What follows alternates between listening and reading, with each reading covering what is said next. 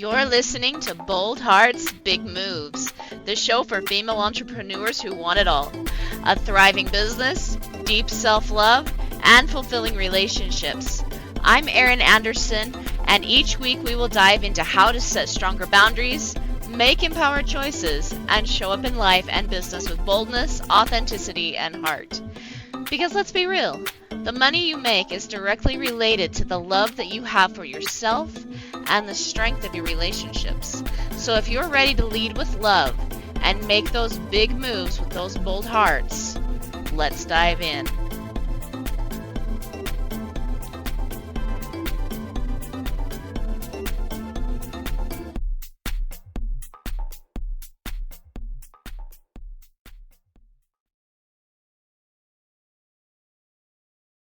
Hey everyone, welcome back to another episode of Bold Hearts, Big Moves. We have with us today Dr. Una. Now, guys, this is really exciting because Dr. Una, she is just a master when it comes to relationships, when it comes to business, and helping female entrepreneurs balance both, because that's why we're here, right? Is to balance these things, to really step into our true identity, to live from our true identity without other people telling us how to live, right? Trusting ourselves, knowing that we know the direction that's right for us. And so, without further ado, I want to welcome Dr. Una. Dr. Una, tell us a little bit about you. Yeah, first of all, thank you for having me on the show. This is exciting. I've been looking forward to it. So my name is Neka Unachukwu, and so people call me Dr. Una for obvious reasons. I'm a pediatrician. I've had my private practice for about 15 years now, so I take care of little people. I've been married for 19 years at this point. I have 4 kids who are homeschooled, so hopefully you don't hear them. But Same here. but they're homeschooled. They're with me as well. And I have the private practice, but I guess at this point I could say I'm a serial entrepreneur. I run a number of companies. So I talk shop a lot. I love entrepreneurship. I love supporting people and building profitable businesses and all of that. And I co-pastor a church with my husband. And yeah, so I do a lot of things, but I think over the years, there are a few things that have really become core values for me. And, one of them is becoming all that we can be. I think everybody here is on an assignment from God, and it could be expressed through your business or whatever that is. But we really have something we're here to do. We're not accidents, at all. Yeah, We all have a calling. And so for me, that's really driven me to this place where I'm like, man, I just, I don't want to leave the planet without doing everything I'm supposed to do, and then when I'm I done, hear you. I can leave an empty carcass for the earth and head out. And so that's a really big thing for me. And I think also, for the longest, I ran away from following God. I don't think I started following him till my final year in med school. And that was primarily because I thought he would just take your life and destroy it, right? Like you do all Yeah, these, Christian things and then, but you won't have a life.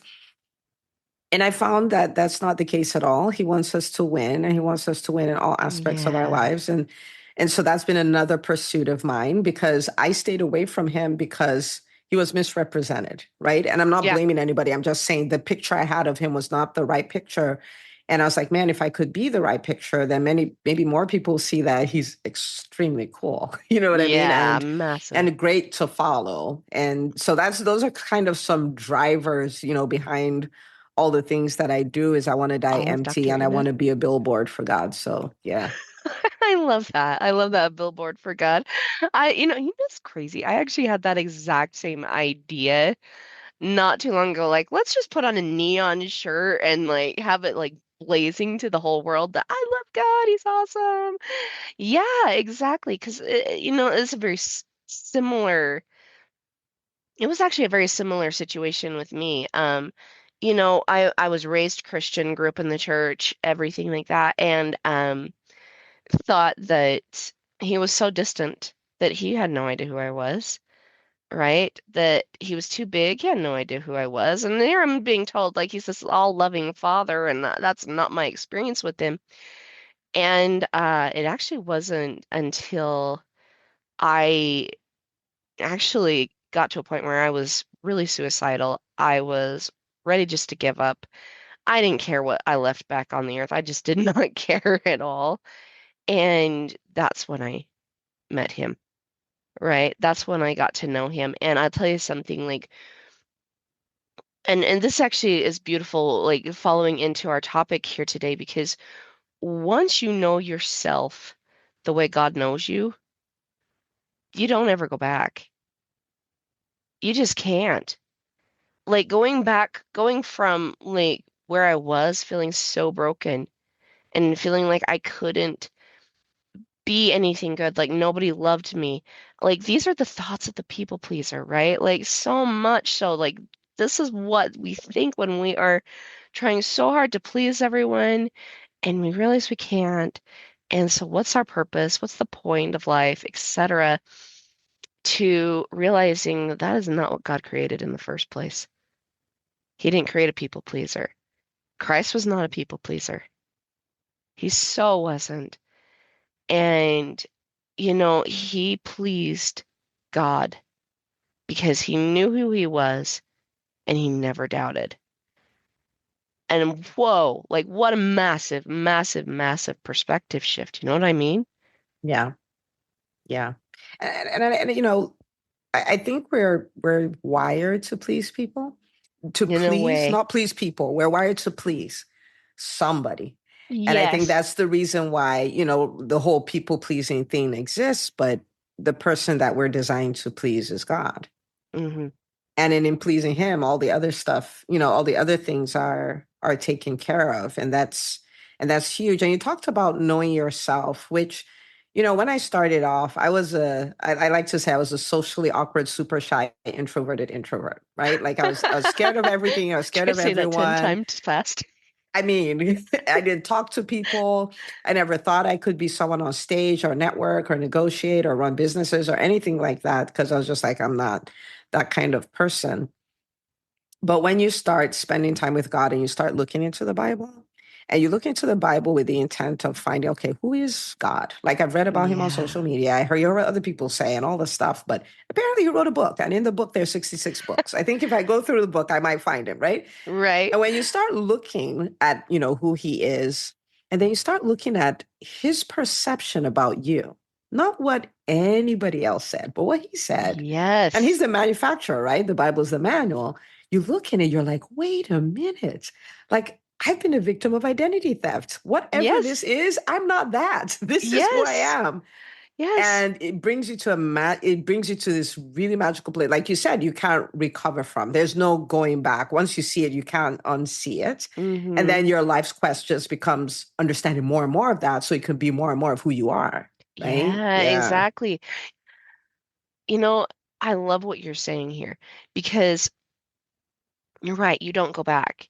You just can't go back. It's like, denying truth, absolute truth. And this is what I say, like when it comes to boundaries, right? Like it is literally coming back to oneself. I had a client yesterday. She was asking me about like the whole difference between sin and repentance. And, the way I explained it to her was sin is basically like a separation from self, like this actual creation that God created, this being, this amazing thing.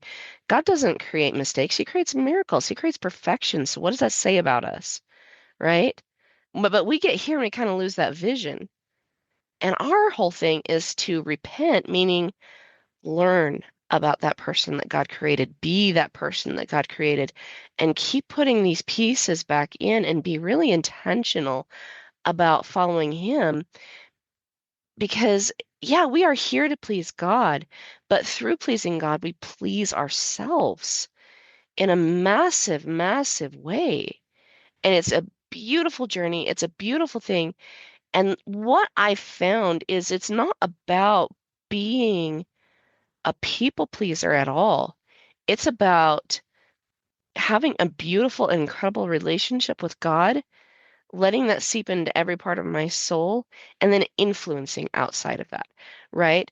Like influencing my kids, influencing my husband, influencing my clients, influencing my listeners, influencing. That's what we're here to do, but the only person we can make do anything is us. The only person we have control over. Yeah. Yeah. The only person we have control over. Now, you started talking about, something that I don't know if you're planning to go in this direction, but it makes me like super, super happy. And that is this concept of influencing our Hmm. world, right? And Hmm. I think, you know, our relationship with God is like wonderful. And then through that relationship with God, we get to know who we are. And when we know who we are, it's easier to stop pleasing. It's easier to put boundaries in place because the opportunity cost of not Yeah. doing that is then you're not who you are. And then you're like, that's too expensive. I don't want to pay that. Right. Hmm. But then the next step in there is like, now that I know this, how am I then influencing my world with this? You see, Yes. like, so my Yes. family, how am I influencing my community? How am I influencing my industry? Because that's part of who we are. We're wired to be these people who live lives of impact, live lives of global impact, and it's all over. And so, for instance, even for people who are want to grow their businesses and all of these things, if you can step away from the I, and look at I am building this thing that serves people, and then I get a thank you note called money. That's what a business is, right? Like Yeah, I serve exactly. people, I get a thank you note. Yes. That's what it is. And when you look through the scriptures, you find, man, it is available for me to be able to do this at a big capacity, right? When Hmm. God talked to Abraham, he says, I'm going to bless you. I'm going to make your name great. I'm going to make you into a great nation. I will bless those that bless you, curse those who curse you. And you, all the families of the earth will be blessed. When you stop and think about that, you're like, hang on. That's our lineage. That's where we're, hang on. We're called the children of Abraham. And this is the Right? mandate was given, touch all the families of the earth. And when you think about it, Joseph went to a foreign land and became the second in command there. You think Yes. about Daniel and he had influence over the whole region. And you think about, like, you just keep going. You think about Paul. He went into one place and it says he was there for 2 years. And in 2 years, the entire space had heard the gospel. So we have the capacity to do this because that's who we are, right? Like Yes, it's that's who we exactly. are. You look in the book, you're like, oh, so I can believe God for well, we can say I can believe God for a bigger business, but really it's about influencing more people. You Yeah. see what I mean? So Yeah. the result of that is a bigger business, you know? Absolutely. Yeah. Absolutely. And the cool thing about this is we get to build with God on these things, Hmm. right? Like the things that we cannot do ourselves, that's when He comes in, right? Like telling people to come check us out, or like somehow putting a podcast in front of somebody's nose, or getting us to meet Dr. Unas and of the world, right? Like it's such a beautiful, beautiful mission. And the thing is when we live not from people pleasing, but from influential intention, whoa, now all of a sudden we're stepping into discipleship, right? And we're able to lead, we're able to keep peace, right? Because the thing is the ones that we love to influence, the ones that we want to touch, the ones that we're attracting in want peace too. And I love that you're talking about like, the children of Israel and in biblical times. And you had the difference between I want to say the Pharisees. They're not the Pharisees, though, the guys that stole the ark. Oh, Oh, the Philistines. Philistines, thank you. I want to Yeah. say Pharisees, and then no, no, no, no, it wasn't the Pharisees, the Philistines, right? There's a separation there, right? Between the Israelites and the Philistines, right? There were those that wanted peace and those that didn't, right? And those that wanted peace, what did God do for them? He went to fight for them. He went to war with them. He went to bat. He created miracles. He separated seas that the children of Israel could pass over and get away from Pharaoh, right? Absolute miracles. And this is what's cool is we can learn to start expecting miracles when we start living from intentional influence. You know what I mean? Now you're poking the bear. Yes. Oh, let's hear it. Now you're poking the bear. Because this is the thing, right? And it all goes back to going back to the book, right? Mm, Like miracles are our norm. hmm. That's They are. that's normal for us, right? Because if you think about it, um, we have God with us. And the God that we have is not a figment of our imagination. He's the same person who created the universe. And sometimes when we say that, we're like created the universe, but no, think about the last time you were on vacation at the beach and you looked at the water and there was no end to the water. Like you couldn't see the end to the water. Yeah. That's one of his many swimming pools. You know what I mean? Yeah. When we say universe, it's like some mythical thing out there. No, no, no. Like he made that. That's one of his Hmm. many swimming pools, right? When you think about the mountains, right? I remember the last time I was in Colorado, I was like, is this a picture or is this really real, right? Like beautiful mountains in the spring, snow at the top, all of this stuff. He made that Yeah. stuff, right? Yeah. He made the people you see. I'm a physician, so we study the human body as complex as I was like, my goodness. He And made that it all. person is with you. Yeah. He's with you, he's in you, he can't do normal stuff. This is not what he does. He does miraculous stuff. That's his Yeah. normal. And we can start expecting his power. We can start expecting his grace. We can start expecting his help. In fact, he says in the word, there's a name of God that's Jehovah Ezer, God my helper, right? Some other people say Oh, Ebenezer. Like, so imagine God identifying as your helper. Like, and this quote unquote little life of yours, this big God is coming to help you in this little life and little business and little, and I don't mean that it's little, I mean compared to him yeah. Yeah. and what he has to run. And so if that's the case, then we want to expect miracles. We want to, like, we're going to work hard, right? Because that's the other extreme where people are like, oh, God will do it. I won't do anything. We're still going to work hard. We're still going to do our part. But we can't expect results just based on what we do. We want to expect results based on what we do and what God provides because he's there to Yeah. help us, and he doesn't just help in spiritual things. That's, a lot of times, Chris is like, he helps me with my walk with him and going to heaven and all of those things. He helps with all of it. He He helps does. with our businesses. He helps with our marriages. He helps with our kids. He wants to help. And having that as an expectation really changes everything because at the end of the day, we get what we expect, right? The expectation of the righteous won't be cut off. That's what we get. And so, if all we think about is where we are and the challenges we have, we will keep reproducing that. Yeah. But if we change Yeah. our expectation to start expecting what he said, then we can start having a new experience, right? And Absolutely. so, yeah, Well, and I love what you're saying here too, that, he loves being our helper. He loves, you know, this amazing, universal creator loves to create things in our business, these little tiny things, right? But the thing is we also, I think, get to trust his timing because we might say, like, God, oh my gosh, like, I have this thing that is massively missing in my life. Where are you? Right? I remember saying that. And I've said it not just with relationships, but I've said it with money. I've said it with, things that I want to manifest that don't come in the time that I want them to come into. And, I think that, we have an option here. We can sit there and say, God is not present in my life.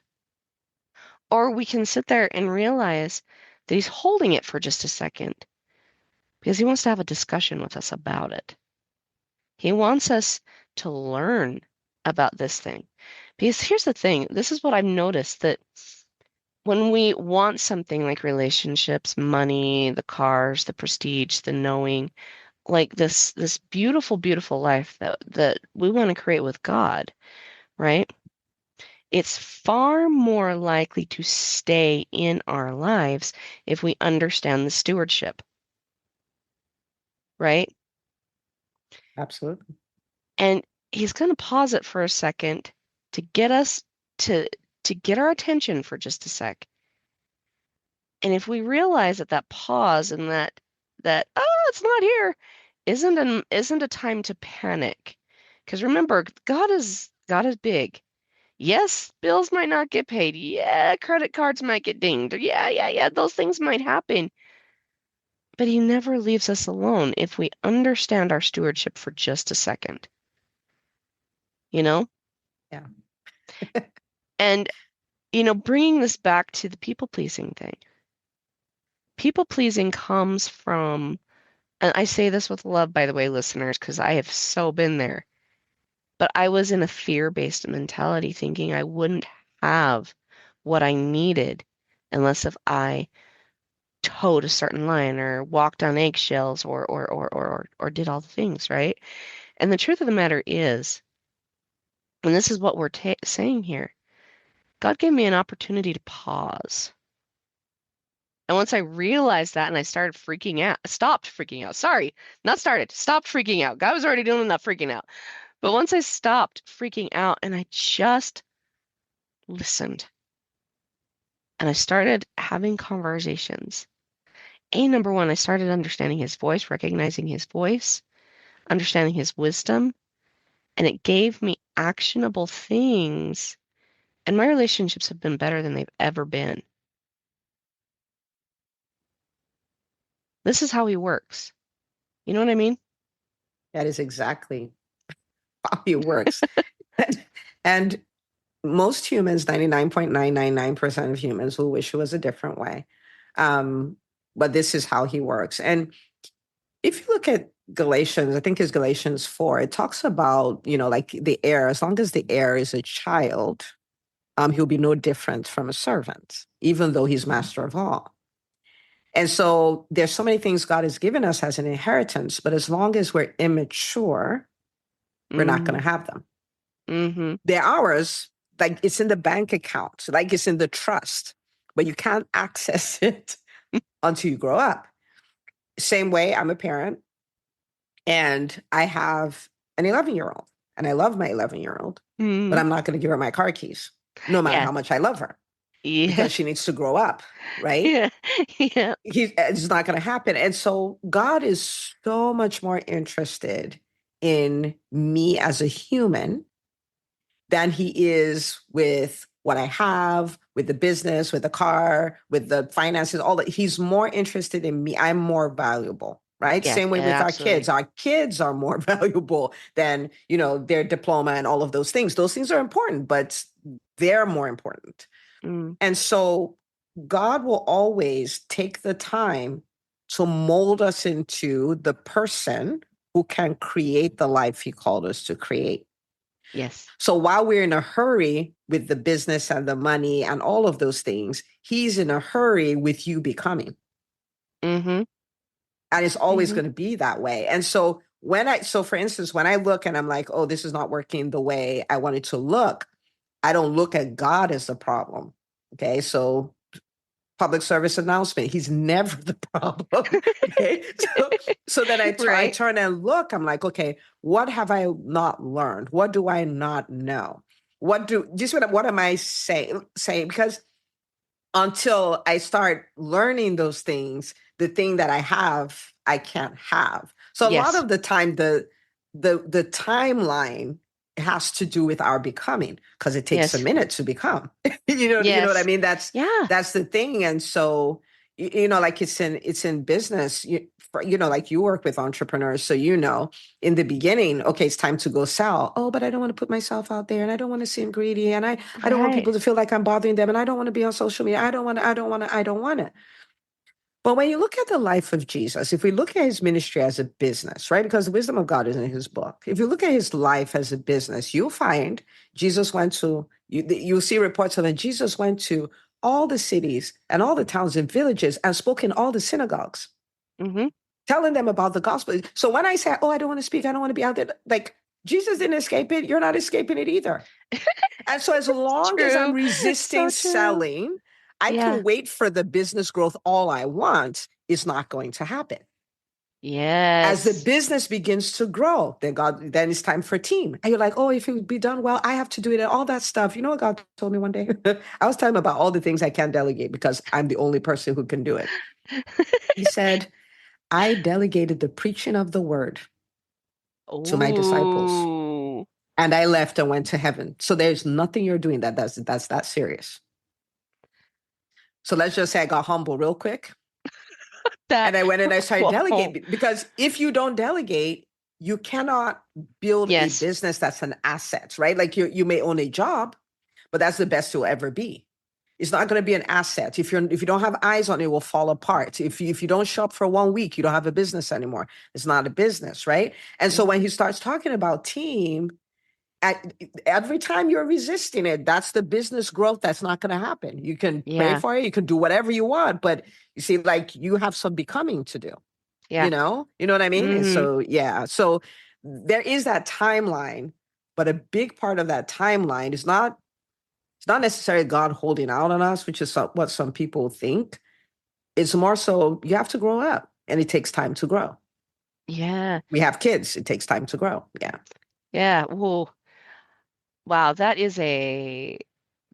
was, wow. I'm not afraid of delegating, but now that you put it that way, I was like, whew, okay. Like, whoa, whoa, whoa. Yeah. And this yeah, I is, got called oh, out. oh man, I can't tell you how many times I've been called life in my business together. Like, because this is a cool thing. Like, we get to be the stewards, the best stewards. And you know what's amazing? I gotta say this too. Like, every single time he's called me out, man, does it bring so much joy. Like, in that moment, this is what's so cool about being called out by God, like, you're chastised. It's never like oh, shame, guilt, all that stuff. No, it's like immense joy in the moment. It's so cool, right? And this is what is amazing is God, his whole purpose is to bring to pass our joy, to Yeah. bring to pass our immortality, to bring to pass our our our connection with him, to come back to him. That's what he's here to do, right? And here's the thing, like, who do we trust more than somebody that literally we say, "Hey, I need this in my life or I need this in my business." And what do? They jump right into action, right? Hmm. Or they pause for a second to give us wisdom. Or or they tell us like how incredible we are. Like their vision and of us personally, like he's so good to help us be trustworthy with him and to understand that we can trust him. This is what's amazing, amazing, amazing. And this is the thing. I want, like, listeners, I want you to think for a second. If you're in the people pleasing, right? And I know many of you are. I say that with love. I want you to think for just a second. Are you trusting God with your family, with the ability to bring in money, with your business? Are you trusting Him? And if not, like ask yourself why. Like, what is it that's stopping me? And to give you, and I hope it's okay, Dr. Unin, to give this example for just a second, because my kids, I've got six. I love them with all of my heart and my soul. They're my favorite people ever, right? But I have one, and he's just about ready to leave the nest, right? And I'm sitting here thinking, oh my gosh, he's going to struggle with this, and he's going to struggle with this, like, ah. And I got this thought to my heart for just a minute. I'm like, well, what if I prayed to have his heart softened? Now, the caveat, whenever I pray to have somebody else's heart softened, I always pray to have mine softened because the last thing I want to be is a hypocrite, right? But I got thinking about this and I'm like, that's terrifying. Like, how are you going to soften his heart? Are you going to like put him in a car and push him off a cliff? Like these were the things that I was thinking, right? Constantly like, whoa, whoa, whoa, whoa, whoa. Hold on a second. He's my son first. You really Hmm. honestly think that that's what I want to do? Like that's the only way, that's what I'm limited to when I soften hearts, right? And I was like, oh, good point, right? Here's the thing. When we understand that he is trustworthy, completely trustworthy, and when we recognize, like, gosh, guys, I've been doing this love of God thing for years now, right? And I'm still learning in all the ways that I'm like, oh, yeah, you're right. I should trust you on that, right? I'm still learning these things. But what a beautiful journey. And I'll tell you something, I have more joy. I've had more financial freedom. And the thing is I've had more peace. I don't people please anymore. I used to, but I definitely have the peace. And I will say this too, and I kind of wanted to take the discussion in this direction. Peace doesn't necessarily mean that we don't stand up and fight, right? That we don't fight for what's right, that we don't have a voice, that we don't speak truth just to keep the peace. That's not peace. Peace is keeping wholeness together, keeping yourself with God, keeping yourself with yourself, right? Keeping your safety intact. And that requires a certain level of stand up and speak the truth. Even if somebody else wants to fight, even if that does rock somebody else's boat, you also have to understand that peace does not mean that there's no contention. You know what I mean? 1000%. 1000%. I mean, if you think about it, the words that are used to describe us are words like conquerors, which you wouldn't be if there's nothing to conquer, Hmm. overcomer, which wouldn't be if, you didn't need to overcome anything. We're called soldiers, which soldiers are built for times of war, not times of peace. And Jesus said, my peace I leave with you. Right? Okay, so you're a conqueror, warrior, overcomer, and all of that stuff. And I give you my peace. So, yes, it doesn't mean the lack of contention. Like when you think about the people who talked about the peace of God a lot, you think about someone like David. David was a warrior his entire life. Yeah, he was. He fought his entire life. And so it doesn't mean the absence of that. But if it's okay with you, I want to pedal back just a little bit because you talked about being a mommy and Yeah. sending your little one, not your little one, No, the he's oldest almost of your little 18. ones, right? Yeah. Off and stuff like that. And there's a story my sister told years ago. And it set me free as a mom. And every time I get to talk to moms, I'm like, oh, yeah, I need to tell you this. And I think everyone will get a kick out of it. So I had a lot of mom guilt. Oh my goodness. Like Yeah. that was my jam, right? Like mom Yeah. guilt. Am I breaking them? Am I destroying them? And as an entrepreneur, it's even worse. Like you should be here raising your kids and you're out there doing whatever. I mean, you're a doctor, you're an entrepreneur, all these things. So anyway, I had a whole lot of it. And so my sister was speaking to this at an event that we had, and she said this. She said, um, let me tell you about Mary. Mary that was chosen by God to be the mother of his son. Okay. She says, once upon a time, okay, so the story is in the Bible, but this is what she says. She says, once upon a time, Jesus was 12 years old. Jesus, it's not like in retrospect, she found out he was the son of God. She knew this child is the son of God. Yeah. And they went for a festival and she left the festival. First of all, it took her a whole day for her to realize that Jesus wasn't with them. Yep. And she turns around Yep. and she says, how many of you have lost your kid? Right? Not a single hand goes up. It's like, look at that. You're better than the mother of God, right? Like, right? And so it takes one day for her to find out Jesus isn't with them. It takes a whole, and they're traveling this whole time. And Right. it takes them a whole day to get back. So this is 2 days with no Jesus. And she's like, I wonder what her prayer time was like. Like, God, we're still looking for your son, right? Like what was going on there? So 2 days. And then they search for 3 days before they find him. So Jesus is lost for 5 days. And Jesus turned out okay. And so she says, have you lost your kid for 5 days? No, then you're okay. Yep. Because there was a woman who was going to lose her kid for 5 days, and God was okay with it. He said, it'll still be okay. So Oh my gosh. if you haven't lost you're doing okay. Like just settle down, just relax. You're okay. You're in partnership with God on this. It's going to be okay. So do your best and don't sweat it. You have not lost your child for 5 days. So I just figured I'd throw that out there. It set Oh me no. free. I've been free I since then. Oh my gosh, that makes me laugh so hard. And you know what? I've not lost a kid for 5 days. No, I haven't. But I will say I have one that is insanely rambunctious. He has been since he was little, little, little. I have lost that kid in Disneyland. I have lost that kid at my house. I can't tell you how many times, right? Because he was rambunctious. He got away from me. But Yeah. I But you will have tell, nothing on Mary. She did five yeah, days. 5 days. Yeah, yep, yep, yep. And here's the thing.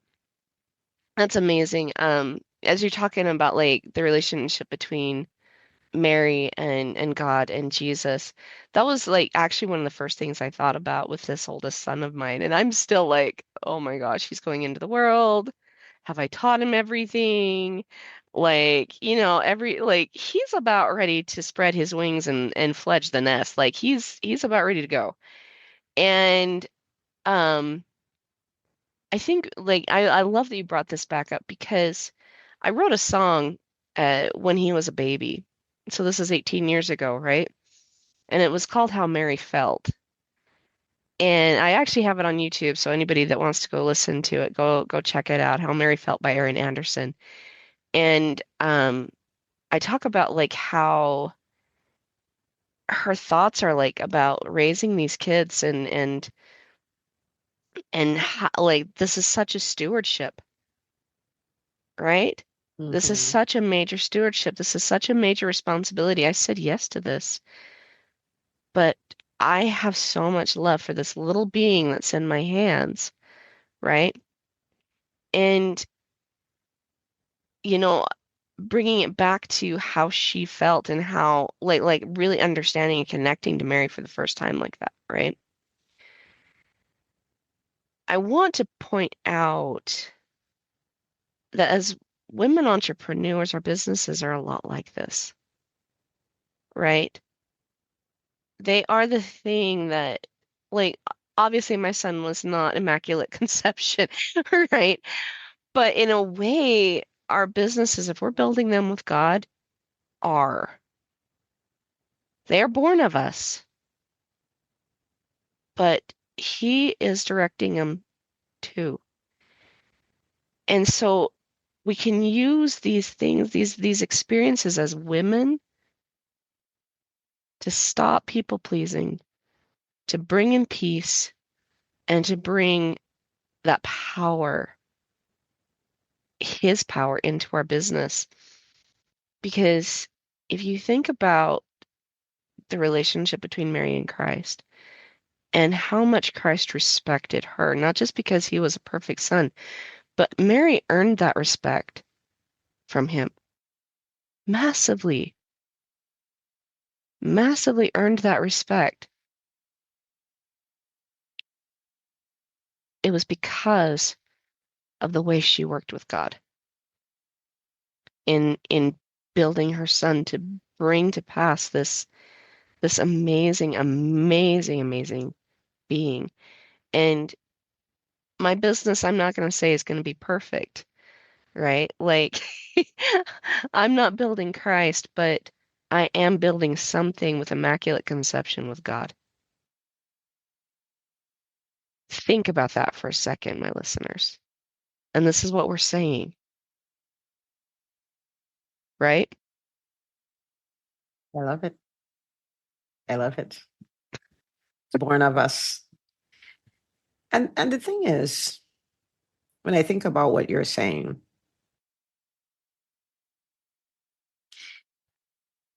if we if we decide to follow that path, so God has given me a business idea, and the same way, we get pregnant and stuff like that, we decide to follow through with that to make it what God called it to be.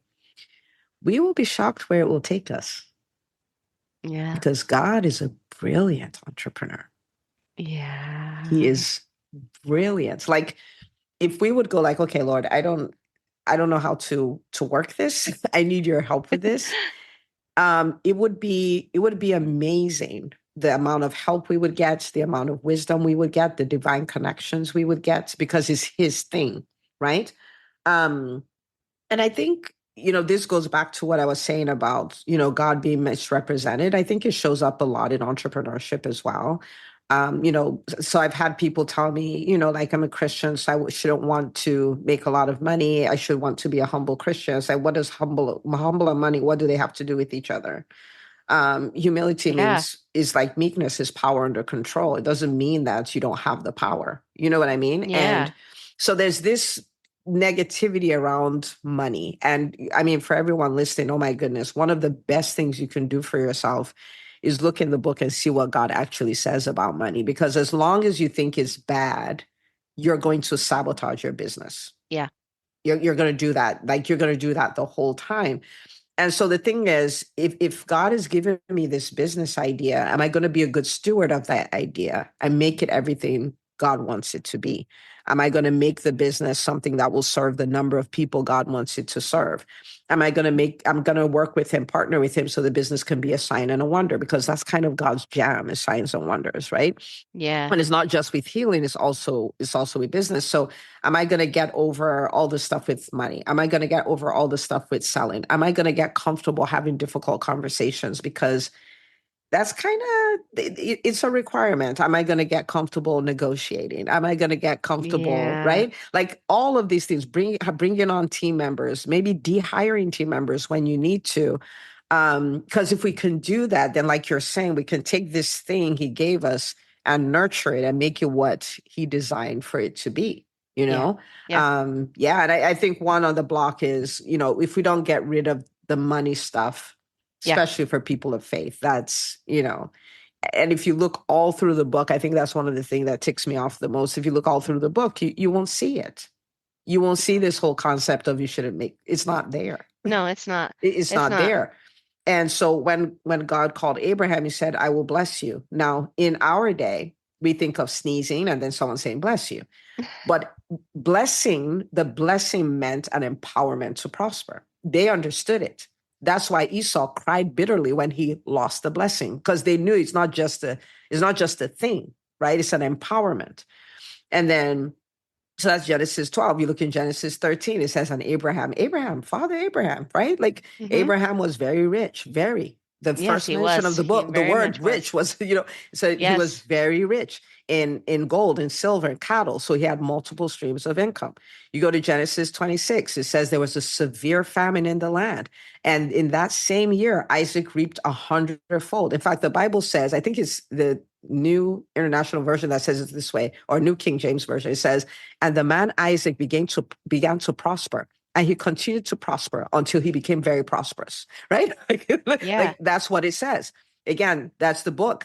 You know what I mean? And we could go on and on. Joseph, I mean, Joseph controlled so much wealth that when his people came to Egypt, he gifted them a city.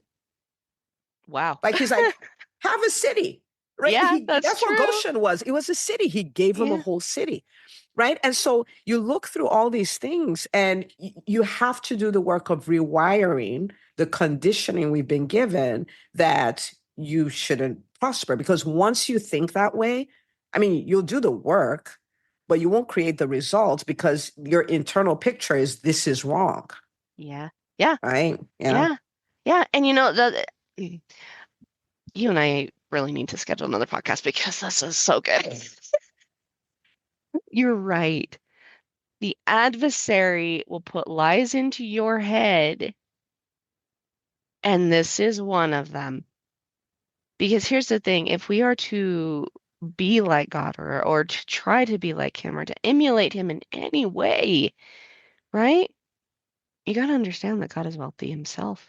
Everything in this world, everything in the planets, the universe, the solar system is his. It is his, and he uses it still to this day to bring to pass his desires, his purposes, his plans, to feed his children, to nurture them, to create with them. He still uses those resources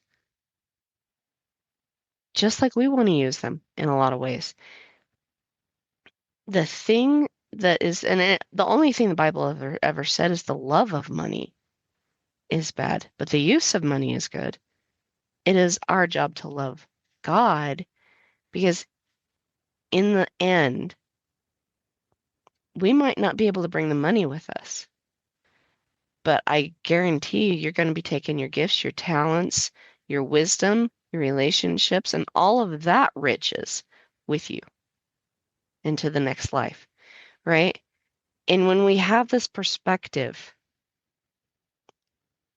business becomes easier, relationships becomes easier because they're not burdened down with guilt and wondering if we're worth it. I love it. Dr. Una, thank you so much for being with us today. Whoa, what an incredible conversation. Guys, we're totally going to have Dr. Una back, and I know you know why. What a beautiful conversation. Dr. Una, where can people find you if they'd like to reach out? Yeah, I think the best place would probably be my YouTube channel. I have a YouTube channel called Success by the Book, and I just talk about all round success, right? Like so this is a thing we didn't talk about this, but writing about Abraham in Genesis 24:1, it says, and the man Abraham was a very old man, and God had blessed him in every way. It's like, wait, every way? Like, like every? And so I have this YouTube channel where I just discover all the success principles from the Word of God. I'm like, hey, did you know? Right? Like, that's what I do on there. So it's called Success by the Book with Dr. Una. And that would be fun. We'll just, continue the conversation. But yeah, talk shop a lot there. I love it. Oh, I love it. Go check out Dr. Una's YouTube channel, guys. So lucky to have her, and we'll definitely have her back. Thanks so much for listening, guys, and we'll see you next week. Bye.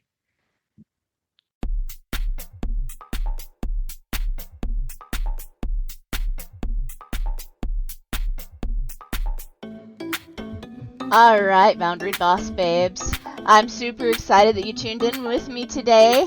Make sure you tune in again next week as we chat about more Boundary Boss Babe topics. We're going to get into so many other things about how to set boundaries with your business, how to set boundaries with your relationships, so you can truly have the time, the money, and the flexibility that you are seeking. So tune in next week. Make sure you subscribe to this podcast. Let your other Boss Babe friends know about it. And also, if you've got any questions, make sure you submit them into the podcast by clicking on the Send Us a Text message at the bottom of the podcast description. I look forward to seeing you guys next week. See you later, Boss Babes.